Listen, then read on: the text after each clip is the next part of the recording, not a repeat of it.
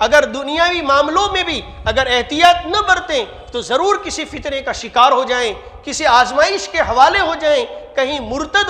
ہونے کی ہوا کا ایک حصہ بن جائیں۔ ارتدادی لہریں، دھرم پریورتن کی باتیں آج بہت زیادہ چل رہی اور مسلم عورتیں اس کا بہت زیادہ شکار ہو رہی ہیں۔ تو ایسے حالات میں اپنے گھر کی چوکھٹ کو مضبوط پکڑے رکھنے اور شرائط کے مطابق ہمارے بزرگوں نے جو طریقے بتلائے ہیں اسی کے مطابق محنتوں میں اپنے آپ کو لگائے رکھیں۔ ہمارے بزرگوں نے لکھا ہے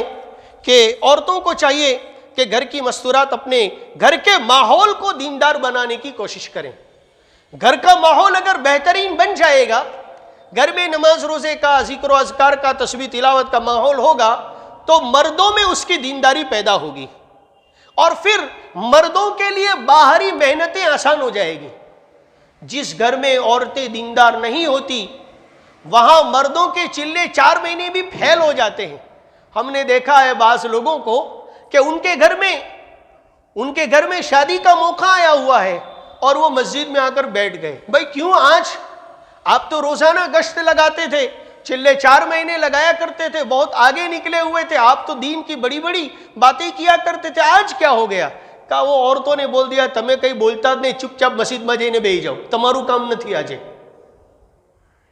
تو ہماری مستورات میں یہ رسومات اور یہ خرافات اور یہ تقریبات ایسی گھسی ہوئی ہیں کہ انہوں نے اپنے گھر کا ماحول اور اپنا مزاج دینی نہیں بنایا۔ مردوں کی اتنی قربانیاں، اتنی محنتیں اس دن پھیل ہو جاتی ہیں اور وہ بیچارے مایوس ہو جاتے ہیں۔ اسی طریقے سے گھر کے ماحول کو بہتر بنانے کے لیے ایک کام یہ ہے کہ اپنے گھر میں تعلیم کو جاری کریں، گھر کی تعلیم۔ اور وہ تعلیم کیسے کریں گے؟ یہاں تو ماشاءاللہ مدرسہ بنا ہوا ہے اور ان کو دینی تعلیم مل رہی ہے، تو ان میں تو استعداد موجود ہے اور وہ اس تعلیم کو آسانی سے کر رہے ہیں۔ ورنہ مشورہ کر کے کوشش یہ کرے کہ اپنے گھر میں تعلیم صحیح طریقے کے مطابق جاری ہو، جیسے ہمارے بزرگوں نے ترتیب بتلائی ہے اسی کے مطابق۔ اسی طریقے سے اگر اپنے گھر میں تعلیم کا ماحول نہیں پیدا ہو سکتا اور مشکل پڑ رہا ہے، پڑھا لکھا کوئی نہیں ہے، تو ایسی صورت میں مستورات کو چاہیے کہ ہمارے بزرگوں نے جو ترتیب بتلائی ہے اسی کو سامنے رکھتے ہوئے ہفتہ واری تعلیم اور ہفتہ واری بیان کی جو مجلس مقرر ہو، مشورے سے جو طے ہوئی ہو، اس میں شرکت کریں اور اس میں سے جو دینی باتیں اپنی زندگی کے لیے حاصل کی اس کو لا کر اپنے گھر میں اپنی عملی زندگی میں داخل کرنے کی کوشش کریں۔ اس سلسلے میں ایک تو یہ کہ فضائل اعمال سے کتابی تعلیم گھر میں ہونی چاہیے، اس کا خاص اہتمام کریں۔ الگ الگ مضامین کی کتابیں خود منتخب نہ کریں، علماء کرام سے رائے مشورے کے بعد کسی دوسری کتاب کا انتخاب ہو، ورنہ بہتر یہی ہے کہ آپ اپنے گھر میں فضائل اعمال کی تعلیم کریں۔ فضائل اعمال کی تعلیم کے ساتھ ساتھ دوسری چیز ہے 6 صفات کا مذاکرہ، 6 نمبر جن کو بولتے ہیں، جس میں ایمان ہے، نماز ہے، علم ہے، ذکر ہے نا، اکرام مسلم ہے، اکرام المسلمین جس کو کہہ سکتے ہیں، اخلاص ہے۔ اسی طریقے سے دین کی نسبت پر دعوت کا ماحول بنانا، داعیانہ مزاج بنانا، یہ سب باتیں اس میں آتی ہیں۔ تو ان 6 صفات کا مستورات مذاکرہ کریں اور کھول کر بیان کریں، خوب فضیلتیں اس کی سنائیں اور معتبر و مستند سنائیں، اٹھ پٹانگ نہ سنائیں۔ اور تیسری چیز ہے تشکیل، وقت لگانا۔ یاد رکھیں پہلے وقت لگانے میں مردوں کو مقدم کیا جائے گا۔ جماعت میں جانا ہے، باہر نکلنا ہے تو پہلے مردوں کو مقدم کریں گے، ان کا ماحول بن جائے، ان میں استعداد پیدا ہو جائیں، وہ دعوت والے کام کو سمجھنے لگ جائیں، پھر اس کے بعد عورتیں محرم کے ساتھ، چھوٹے بچے کے بغیر، ایسا محرم جو روک بھی سکے، ٹوک بھی سکے اور سنبھال بھی سکے۔ 5 سال کا لڑکا ساتھ میں لے کر نہ چلے، وہ محرم کافی نہیں ہوتا جماعت کے لیے، بلکہ اگر کوئی بے دینی کی بات دیکھے تو روکنا پڑے تو روک سکے، ٹوکنا پڑے تو ٹوک سکے، اور کوئی حادثہ پیش آ جائے سڑک میں یا کسی جگہ میں قدرتی تو سنبھال بھی سکے، میڈیکل ٹریٹمنٹ وغیرہ دلا سکے، اپنے گھر تک سنبھال کر واپس لا سکے۔ ایسے ذمہ دار محرم کے ساتھ 3 دن لگائیں، اور پھر جیسے جیسے شرائط اور حالات اپنے اندر پیدا ہوتے جائیں، استعداد بنتی جائے، پھر عشرے کے لیے اپنے آپ کو تیار کریں۔ یہ ان کی لمیٹ ہے عورتوں کے لیے۔ پھر چلہ 4 مہینہ مستورات کا، اس کے تو بڑے ہی شرائط ہیں، وہ بزرگان دین کے مطابق وہ بیان فرماتے رہتے ہیں۔ جب ہمارے اکابر مشائخ جماعت والے آتے ہیں تو ہمیں سمجھاتے رہتے ہیں، اپنے آپ کو ان شرائط پر ڈھالتے ہوئے اگر کام کریں گے تو ایسی صورت میں فتنوں سے حفاظت ہوگی اور نیک کام سے نفع ہوگا۔ اپنی من مانی ترتیب پر اگر ہم کام کریں گے تو کام تو دکھائی دے گا، نفع نہیں دکھائی دے گا، بلکہ اس سے کسی قسم کے فتنے کا اندیشہ ہے۔ اس لیے ان چند باتوں پر ہم اپنی تقریر کو ختم کرتے ہیں، اور آپ حضرات سے یہاں سے اٹھنے سے پہلے درخواست کرتے ہیں کہ آپس میں ایک دوسرے کی ہلکی ہلکی تشکیل بھی کر لیں، اور تشکیل کرنے کے بعد پھر یہاں سے نکلیں گے۔ سبحان اللہ و بحمدہ، سبحانک اللہم و بحمدک، ونشہد ان لا الہ الا انت، نستغفرک ونتوب الیک۔